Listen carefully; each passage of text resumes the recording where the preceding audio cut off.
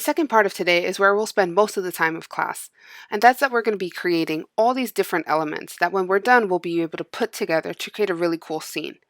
Now that we've been in Illustrator a few weeks, we have a lot of the fundamental skills to create pretty intricate things, so I want us to go back and rely on these things.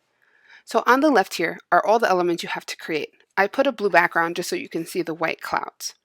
Now if I zoom in here and I think about what makes up these shapes, we know that this is a little bit of shape builder magic, right? So if I took my ellipse tool, I made an ellipse, I'm intentionally going to make it a different color. And I'm going to recommend that you rely on the shapes that I've given you to really get these pretty close. I'm going to line up this by resizing, kind of moving things around to make sure it lines up. Now that I've built my 3 shapes that I'm going to need to make this cloud, I'm going to select them all, go back to my handy dandy shape builder, make sure I hold down my modifier key, Alt, just get rid of these little pieces, and then combine these. And I'm going to use my Oddwrapper tool to steal the color. And you're basically doing this for each one of these pieces. Now if you get stuck on how to create a shape, really think about this mixture of selection tool versus direct selection tool. For example, I know that this is rectangular, this shape.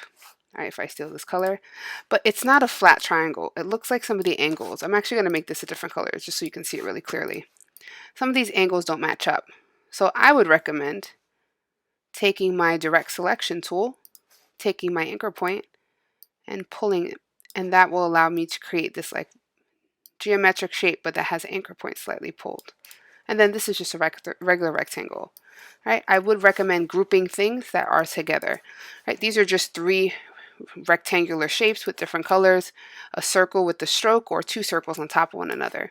This is also some shape builder magic. Same with the little bush here of trees. And then these little things are going to be the yard for your layout. Basically, this is a lot of direct selection tools, so please make sure you rely on these today. Now, when you've built all the pieces, you're going to end up having all the things to basically create this scene you see here.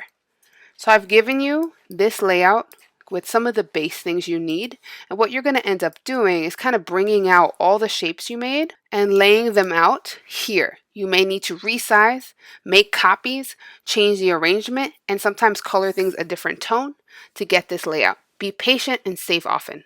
Good luck.